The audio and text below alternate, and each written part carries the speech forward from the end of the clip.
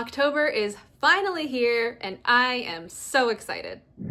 Hey book besties, welcome back to my channel. Today we're going to be rounding up my September reads and my October hopefuls.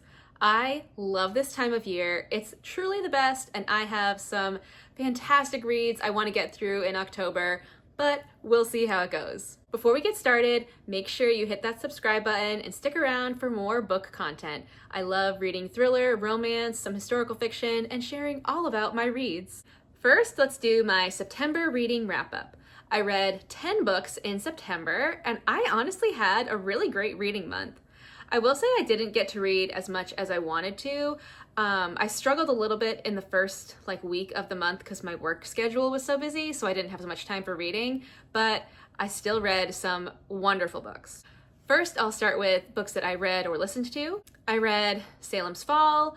This was my least favorite read for this month. I had some high hopes because the cover is so good, but the book was kind of mid. I only gave this one 3 stars. Next, I read The Intruder. I was honored to get an ARC for Frida's newest release, and let me tell you, it was incredible. It gave me some older Frida vibes, which it was so great. I ended up giving this one 5 stars. It comes out on October 7th and you have to pick it up. Oh my god, it was so good. I read Sharing Shadow Secrets, which I read as an ARC. This book released last month. This was the 6th and final book in the High Five novella series, which I have had so much fun reading. This one, I will say, was 300 something pages, so it wasn't necessarily a novella, but it wrapped up the story really well. This was an MFM romance, which I'd never read before, and it was a lot of fun. I ended up giving this one 4 stars. Next, I read Party of Liars. This one has been on my TBR since it came out, and it sounds so good. It wasn't what I was expecting, but in a good way, because it takes place at a teenager's 16th birthday party. So I thought it was going to be YA, but it really wasn't. There was so much going on. It was really good. I gave this one 4.5 stars. Next, I continued with my Chestnut Springs journey and I read Reckless. Let me tell you, this one was so good. I truly didn't think anybody was going to top Jasper and Sloane, but Theo and Winter, they did it for me. I was a little hesitant going into this one because I didn't really like Winter all that much, but oh my god, it was so good. My favorite in the series so far, my favorite Elsie Silver book to date. I loved it. I gave it 5 stars. Then I picked up Once Upon a Time in Dollywood. This book was so good. I gave it 4 stars. I live in the Smoky Mountains, so I really enjoyed all the references to Gatlinburg and Pigeon Forge and Knoxville. It was really cool. I thought that was such a great aspect, and this book had a lot more depth than I was expecting. It wasn't just a romance story. It was very character driven, and I really enjoyed it. I'm also going to be meeting this author in February at an event I'm going to, and I can't wait to have her sign this. Next, I appropriately read The September House. I was wanting to read this one last year and just didn't get to it, so I was so excited to pick it up this year, and this was so good. I gave it 4 stars. I will say, it's sort of a horror, but really it's a paranormal thriller. And honestly, a lot of the stuff that happened in here would be super creepy, except for the fact that this main character was so unhinged and lackadaisical about what was going on in her house that it was humorous. I really enjoyed it. Next, I read The Wife Before. This has been on my TBR for so long, and let me tell you, I ate this up. I gave this book 5 stars. I couldn't get enough. I love Shanora Williams' writing. It was so bingeable. I can't wait to read more of her books.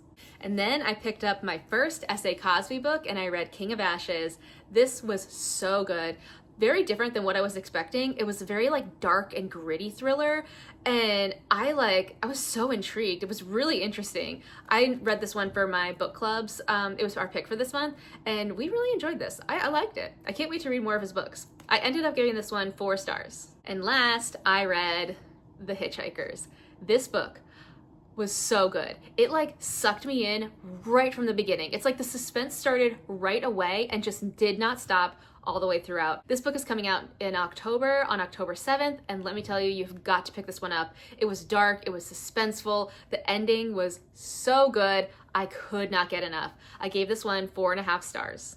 It was truly a great reading month. I had so many good reads, and I'm thinking October is going to be just as wonderful. So now let's head into the books that I'm planning to read in October.